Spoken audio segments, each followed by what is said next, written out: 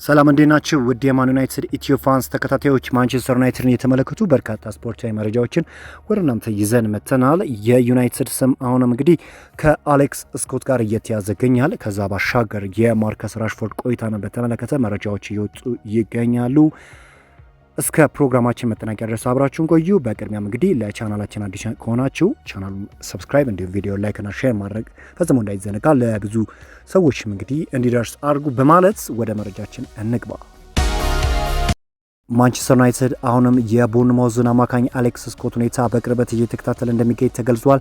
ነገር ግን ቦርንማውዝ አሁንም ተጫዋቹን በዚህ ክረምት የመሸጥ ፍላጎት እንደሌለው ለማንቸስተር ዩናይትድ ግልጽ ማድረጉ ተዘግቧል። ምናልባትም የእንግሊዙ ክለብ ተጫዋቹን ለመሸጥ ፈቃደኛ ከሆነ እንኳ ከ85 ሚሊዮን ፓውንድ በታች እንደማይቀበል ተመላክቷል። ቀያዮቹ ሴዛኖች በበኩላቸው አማካኙን እስከ 65 ሚሊዮን ፓውንድ በሚጠጋ ሂሳብ ለማስፈረም ፈቃደኛ ናቸው ተብለዋል። አሌክስ ስኮት እንግዲህ እንደሚታወቀው እንግዲህ በቦርንማውዝ ቤት በጣም ተስፋ ሰጪ እንቅስቃሴ በማሳየቱ ነው እንግዲህ የበርካታ የአውሮፓ ክለቦችን ቀልብ መሳብ የቻለው። ተጫዋቹ እንግዲህ ፒችን እስካን የሚያደርግበት መንገድ እጅግ አስገራሚ ነው። በመሀል ክፍል እንግዲህ ባላንስ የመጠበቅ አቅም አለው የአንድን ክለብና ከዛ አንጻር እንግዲህ ይህ ተጫዋች በበርካታ የአውሮፓ ክለቦች ይፈልጋል። ታዲያ ማንቸስተር ዩናይትዶች ይህን ያህል የተጋነነ ሂሳብ ባያወጡም እንኳን በተጫዋቹ ላይ ፍላጎት እንዳላቸው ዛሬ የሚወጡ መረጃዎች እየጠቆሙ ይገኛሉ።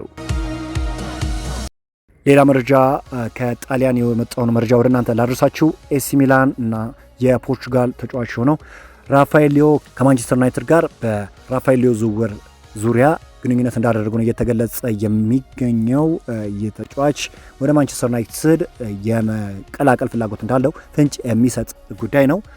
ራፋኤል ሊዮ ጥሩ የሚባል እንቅስቃሴ ነው እንግዲህ በኤሲ ሚላን ቤት በተለይም በ29 ጨዋታዎች ላይ 9 ጎልና 3 ለጎል የሚሆኑ ኳሶችን አመቻችቶ ማቀበሉ የሚታወቅ ጉዳይ ነው። ከዛ ባሻገር እንግዲህ ፓሲንግ አኩሬሲውን ወደ 85% መሆኑ ለማንቸስተር ዩናይትድ በተለይም እንግዲህ በክንፍ ተጫዋች ስኳድ ዲፕስ እጥረት ያለበት እንደ ማንቸስተር ዩናይትድ ያለ ክለብ ይህንን ተጫዋች ቢያስፈርመው የራሱ የሆነ ኢምፓክት ይኖራል። ነገር ግን አሁን ባለው ሁኔታ ወይም ሲቹዌሽን ማንቸስተር ዩናይትዶች ሞር ፎከስ የሚሰጡት የመሀል ክፍላቸውን መገንባት እንደሆነ ይታወቃል እና ራፋኤል ሊዮ ግን ወደ ዩናይትድ የመቀላቀል ፍላጎት እንዳለው ፍንጭ ሰጥተዋል።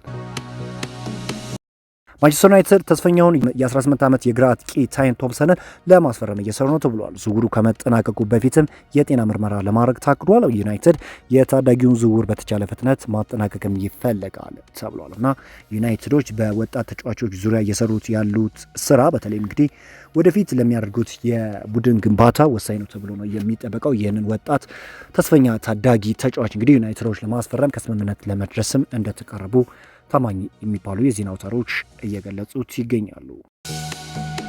ከዛ ባሻገር እንግዲህ ዩናይትዶች ከካርላሮ በተጨማሪ ሌላ ግብ ጠባቂ የማስፈረም ሀሳብ አላቸው ተብሏል።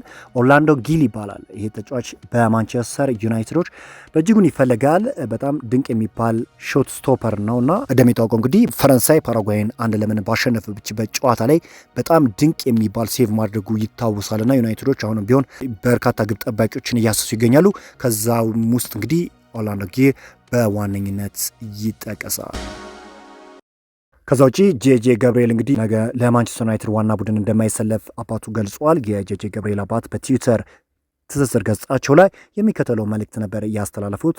ጄጄ ገብርኤል ነገ ከሬክስሃም ጋር በሚደረገው ጨዋታ ለማንቸስተር ዩናይትድ ዋና ቡድን አይጫወትም። የ15 ዓመት ታዳጊ ባለተሰጥኦ ዛሬ ከቡድኑ ጋር ወደ ልምምድ የተመለሰ ቢሆንም ክለቡ ቀደም ሲል ተጨማሪ የእረፍት ጊዜ ፈቅደውለት ነበር። በዚህ ምክንያት የገብርኤል ለዋና ቡድን የሚያደርገውን የመጀመሪያ ጨዋታ ለመመልከት ጥቂት ተጨማሪ ጊዜ መጠበቅ እንደሚያስፈልግም አሳውቀዋል።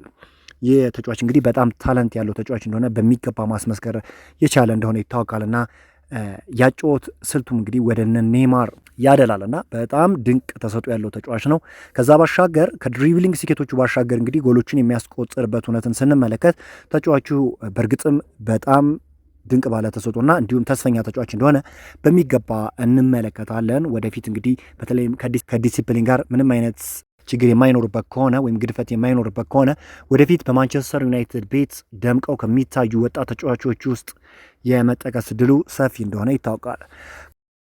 ከዛ ባሻገር ቤንያሚን ሼሽኮ ባለፈው የውድድር ዓመት የመጨረሻዎቹን 3 ጨዋታዎች ካመለጠው በኋላ ወደ ሙሉ ብቃቱ ለመመለስ የሚያደርገውን ልምምድ በካሪንግተን እየሰራ ነው ተብሏል። ካርላሎም ባለፈው የውድድር ዓመት መጨረሻ ላይ ከተደረገለት ሕክምና በኋላ የማገገሚያ ጊዜውን የመጨረሻ ምዕራፍ እያጠናቀቀ ስለሆነ በማንቸስተር ይቆያል። ሁለቱም ተጫዋቾች ለአዲሱ የውድድር ዓመት መጀመሪያ ሙሉ በሙሉ ብቁ ሆነው እንደሚገኙም ይጠበቃል።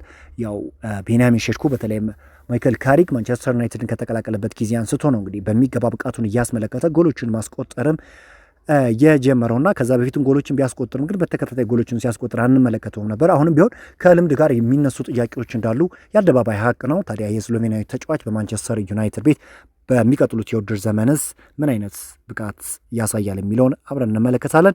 ሌሎች መረጃዎችን ወደ እናንተ እናደርሳችሁ። እንግዲህ የማንቸስተር ዩናይትድ የምንጊዜው ምርጥ ተጫዋች የሆነው ክሪስቲያኖ ሮናልዶ እንግዲህ ይህ ወርልድ ካፕ የመጨረሻው ሊሆን እንደሚችል እየተገለጸ ይገኛል። ምናልባትም እንግዲህ 45 ዓመት ይሞላዋል በቀጣዮቹ ዓለም ዋንጫና በዚህ ምክንያት እንግዲህ ተጫዋች ዳግም በዓለም ዋንጫ ይሳተፋለሁ የሚለው ነገር ጥያቄ እንዳበቃለትና ተጫዋቹ እንግዲህ ከዚህ በኋላ በዓለም ዋንጫ የመልከት ዕድላችን ጠባብ እንደሆነ ለማሳወቅ ሞክሯል። ከዚህ ባሻገር ሌሎች መረጃዎችን ወደ እናንተ ላድረሳችሁ። በነገው ዕለት እንግዲህ ወደ ሄልሲንኪ ለቅድመ ዘመን ዝግጅት የሚያቀናው የማንቸስተር ዩናይትድ ስብስብ ግብ ጠባቂ ቶሚተን ሬዲ-ፒቴክ፣ ዴርሞት ሚ ሲሆኑ በተከላካይ ስፍራ ላይ ማጉየር፣ ዱርጉ፣ ሌኒዮሮ፣ ሉክሾ፣ ሄቨን አማስ፣ ጄደን ካምሶን እና ዳን አርመር ሲሆኑ በመሃል ቦታ ላይ እንግዲህ ሜንሰን ማውንት፣ አንድሪ ሳንቶስ፣ ጃክ ፍሌቸር፣ ቴለር ፍሌቸር፣ ቶቢ ኮሊየር፣ ዳንጎ፣ ጃኮብ ዴቫኒ፣ ጄም ትዋይትስ በአጥቂ ስፍራ ላይ ደግሞ ዮሹዋ ዘርክዚ፣ ብሪያን ኢምቦሞ፣ ቺዶ ኦቢ ማርቲን፣ ኢታዊትሊና ሼሊሲ ተካተውበታል። የነገው ጨዋታን እንግዲህ በኤምዩ ቲቪ በምትለዋ አፕሊኬሽን መከታተል ትችላላችሁ። ይህን ጨዋታ ዳሰሳ የሚያደርግበት ይሆናልና ይህንን ጨዋታ ሙሉ ዳሰሳ የሚያደርግ ይሆናልና ይህን ጨዋታ በዚች አፕሊኬሽን መመልከት ትችላላችሁ። ሌሎች መረጃዎችን ወደ እናንተ ላጋራችሁ።